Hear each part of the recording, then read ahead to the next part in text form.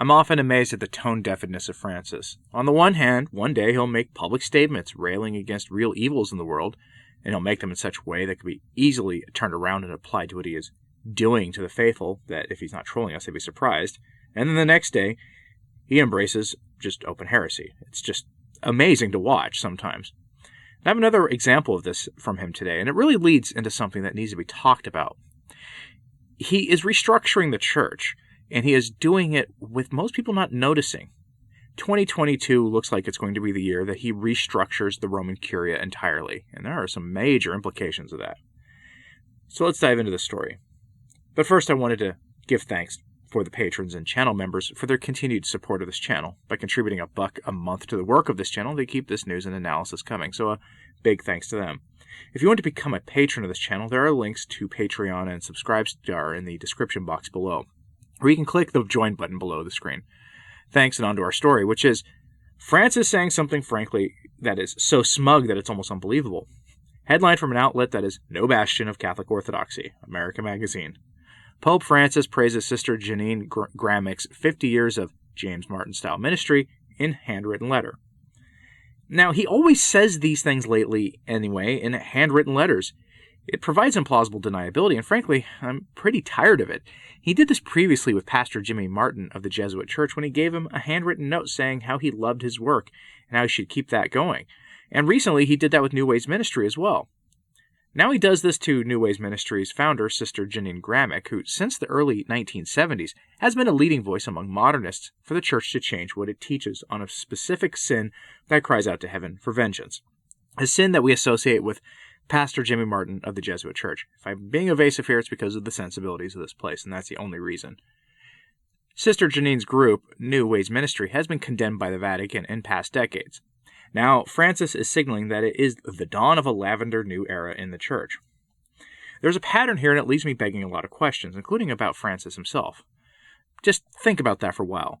From the article, quote, Pope Francis's letter to Sister Gramick is the latest in a series of letters from the Pope written to James Martin Catholics and others who are serving and advocating for the people James Martin does all his work around. In his letter, the Pope praised Sister Gramick for her willingness to suffer for love's sake. You have not been afraid of closeness, he wrote, and in getting close, you did it feeling the pain and without condemning anyone, but with the tenderness of a sister and a mother. Thank you, Sister Janine, the letter concluded, for all your closeness, compassion, and tenderness. Almost from the start of their work in New Ways Ministry, Sister Gramick and New Ways Ministry co-founder Robert Nugent, SPS, were met with resistance from church authorities for the programs they offered throughout the country, which educated Catholics about the science, sociology, and theology of the James Martin topic. Some bishops in the United States pressured Sister Gramick's superiors to remove her from the ministry. End quote. Yeah, that's pretty grotesque, but it's not that surprising. While he's hammering traditional Catholics for being too rigid and saying meany things about him in Vatican II, Francis is embracing sins that cry out to heaven. But it gets better. America Magazine is also reporting separately that Francis is remaking the Roman Curia into his own image. From America, headline. Pope Francis removes the Vatican Doctrine Office Archbishop who is believed to have banned James Martin blessings. Pope Francis took the first step Monday to reorganize the Vatican's powerful Doctrine Office, removing the number 2 official widely believed responsible for a controversial document barring blessings for James Martin pairings because God cannot bless sin. Francis named Archbishop Giacomo Morandi, currently the secretary of the Congregation for the Doctrine of the Faith, bishop of the Italian Diocese of Reggio Emilia Guastalla. The move amounts to a demotion, since Morandi currently has the title of archbishop, yet is heading to a small diocese, not an archdiocese. The Congregation for the Doctrine of the Faith, or CDF, is one of the most important Vatican offices, interpreting doctrine for the Universal Catholic Church, sanctioning dissenters, and handling Ted McCarrick-style cases. Morandi joined the CDF as an undersecretary in 2015 and was promoted to secretary, or the number 2, in 2017. End quote. Now, what does all that mean? It means that this friend of Francis had a history of objecting to Francis being so cozy with the James Martins of the world that he had to actually do his job in a remotely Catholic way and is now being replaced. You can't even be slightly Catholic in the Roman Curia today to maintain your post, and what makes this all the sillier is that this is happening with little fanfare and virtually no shame. 2022 is expected to be the year the Roman Curia gets shaken up, according to the National Catholic Register.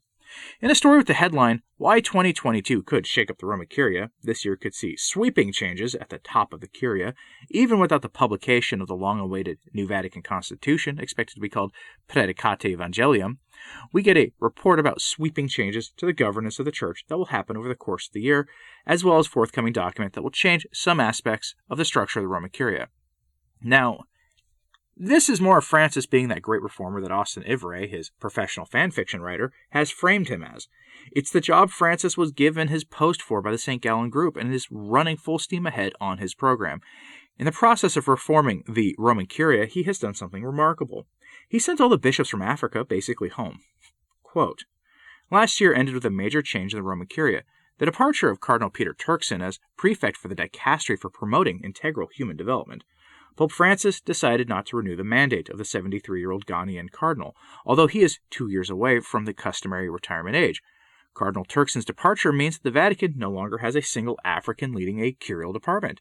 The Curia has had at least one African departmental leader since 1977, except for a brief period from December 2008 to October 2009.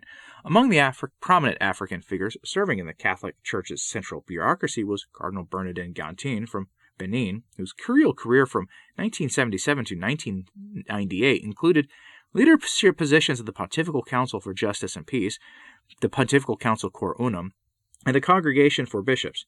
Another notable leader was the Nigerian Cardinal Francis Arins, who served between 1984 and 2008 as president of the Secretariat for Non-Christians, the forerunner of the Pontifical Council for Interreligious Dialogue, and prefect of the Congregation for Divine Worship and the Discipline of the Sacraments.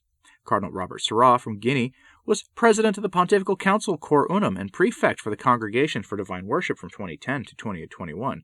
Cardinal Turkson began serving in the Curia in 2009, when Pope Benedict XVI named him president of the Pontifical Council for Justice and Peace, which was merged into the Dicastery for Promoting Integral Human Development in 2016 with his departure.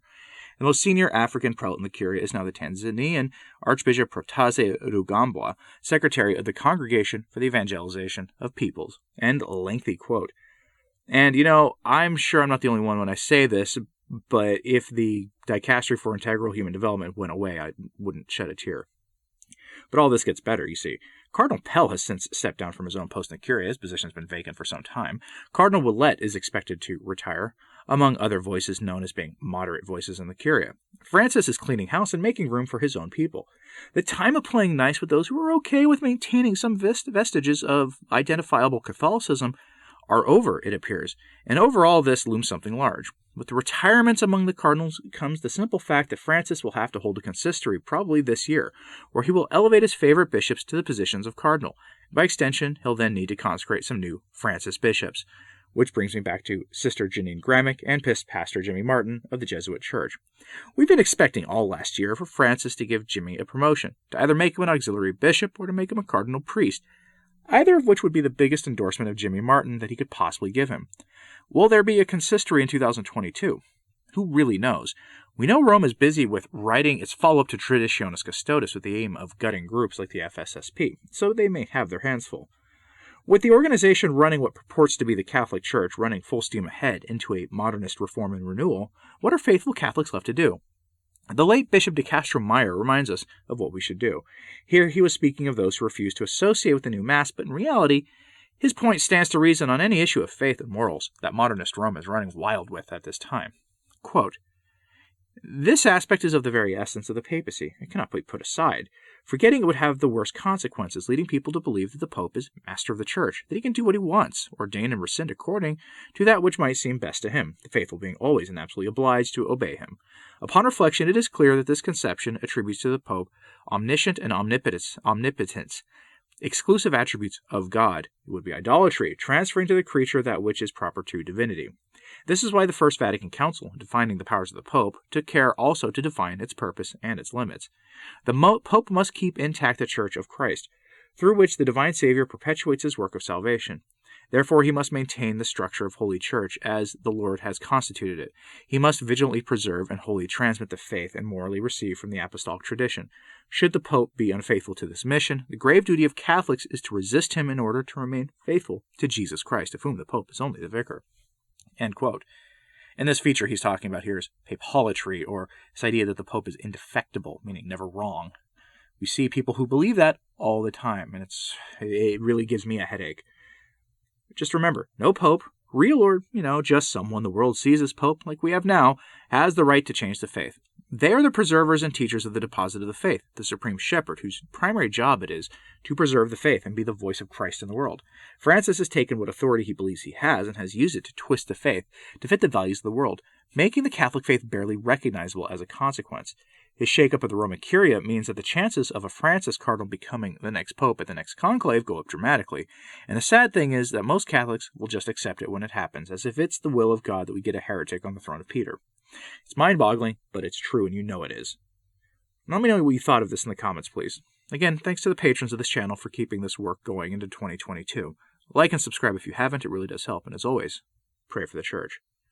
I'm Anthony Stine. Ave Maria.